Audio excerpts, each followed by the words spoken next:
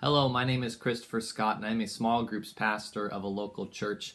And in this video, I want to talk to you about consistency in your small group, right? What does it mean to be consistent in your small group? Number one, when you're having a small group and you're facilitating and hosting a small group, first thing you want to do to be consistent in your small group is to always start on time, right? So if you tell people we're going to start at 6:30, make sure you start at 6:30, right? Whether your group meets in the morning, maybe at 5 a.m. or 6 a.m., or whether it meets in the evening at 6 p.m. or 7 p.m., make sure you start on time, right? Doesn't mean you have to actually begin the Bible study at that time, but at least have something you're going to start doing at that time, right? So start on time. You want to be consistent and always start on time. That way people know that they got to get there on time. Otherwise, if they know you never start on time, why are they going to get there on time, right? So first, start on time. Number two, to be consistent in your small group, you want to have a consistent routine that you follow each week, right? So small groups have a lot of variety. They can have different Bible studies they do. They have different formats. They have different feelings that they have, a sense of what the group's about. I've been a part of 6 different small groups that I have personally facilitated and led. So I want to share with you just some of the different formats that I've organized in the small groups that I've led.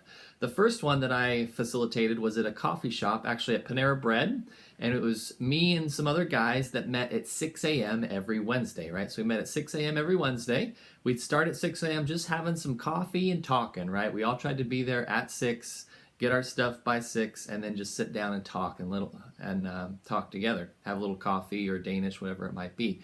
Then we did our study, right? And we usually just did a Bible study. We just opened the Bible and talked through it. Sometimes we did some facilitation work with another outside book, but most of the time we just opened the Bible and we each took turns facilitating through our group.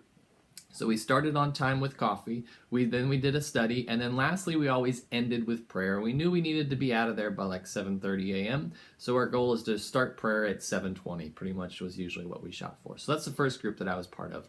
The second group I was part of was a Sunday school class at a Baptist church in Texas, right? So this was a little bit unique because people were really tired. They'd show up at 10 a.m. on a Sunday for class, and they're half asleep and groggy.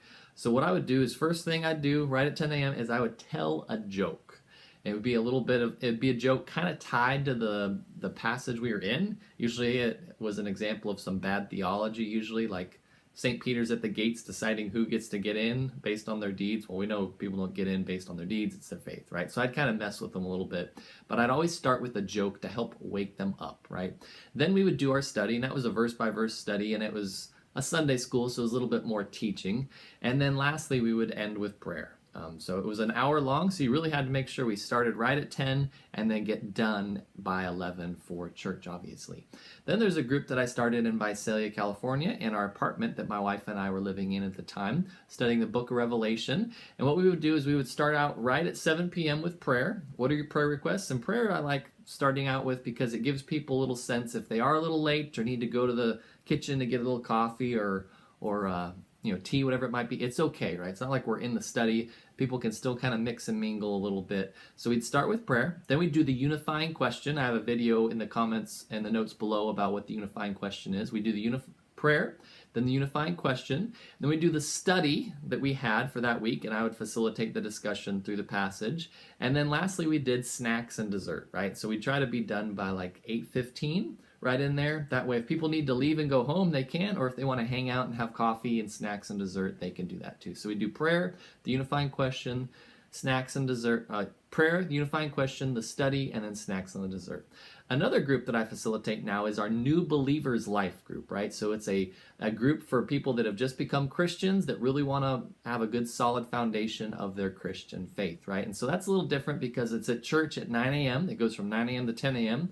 So we got to be really organized, right? So usually I'll start with prayer because not everybody's getting there on time, right? So I'll start with prayer, and if a couple people are late, they're not missing the study, and then we'll do the study, maybe 9, 10, we'll start the study, and then we end at 10 a.m., right on time, right? So that's pretty much all we do. There's not enough time to do snacks and dessert. There's not enough time to do breakfast. There's not enough time to do, sharing or fellowship a whole lot, or even the unifying question makes it hard to do in just an hour. So we do prayer and then a study. Then the men's group that I facilitated at our church on a Wednesday night, we would start with the unifying question, right? We'd start at 6:30 p.m. We'd start with the unifying question about the passage that week. we'd do the study, and then I would end with prayer at the end of the group. And the Tuesday group that my wife and I facilitate right now, or that we facilitated for 2 semesters and then took a break because we had a baby, so our co-leaders facilitated the last semester. That group, we always started with the unifying question. It starts at, what does it start? 6:30 p.m. I think. Yeah, it's been a while since I've been because we had a baby. It starts at 6:30 p.m. with the unifying question. Then we do our study, and we're doing a systematic theology study, so we would do that. And then after that, we do prayer to end our time together, and then we do snacks and dessert. And again, I like snacks and dessert at the end because if people have to get up early for work, whatever that might be, they can just take off right away. And then if other people want to stay around and hang out for fellowship, they can stay as long as they want, right? We're here, we're glad to stay up with them, right? So, and when you have consistency, try to build some time blocks. You don't have to be super specific to the time blocks. You want to make sure you start on time, but just kind of maybe build it in your head. 10 minutes for prayer, 50 minutes for the study, 10 minutes for prayer at the end, and then snacks, for 20 minutes, right? Kind of build a little schedule and consistent time frame in there. And lastly, when you have a small group, you want to be consistent to start on time, to have a consistent routine. Then you want to make sure you end on time. Specifically, if you have a group that meets in the morning, right? So if a group starts at 6 a.m. and you tell everybody you're going to be out of there by 7:15, people got work, they got stuff to do, they got kids. You got to make sure you are done at 7:15. And that means you need to pace the group along, right? You need to make sure you don't spend 20 minutes on one question in your discussion guide when there's 15 questions. You got to pace the group and work them through it. And that might mean you have to kind of cut someone off or say, I know this is important, or maybe you excuse the people. I know a couple people have to go right now. If you need to leave, go for it. And we're going to stay here and talk to Bill about his issues, whatever that might be. So that's the small group tip for this week. Thanks for watching.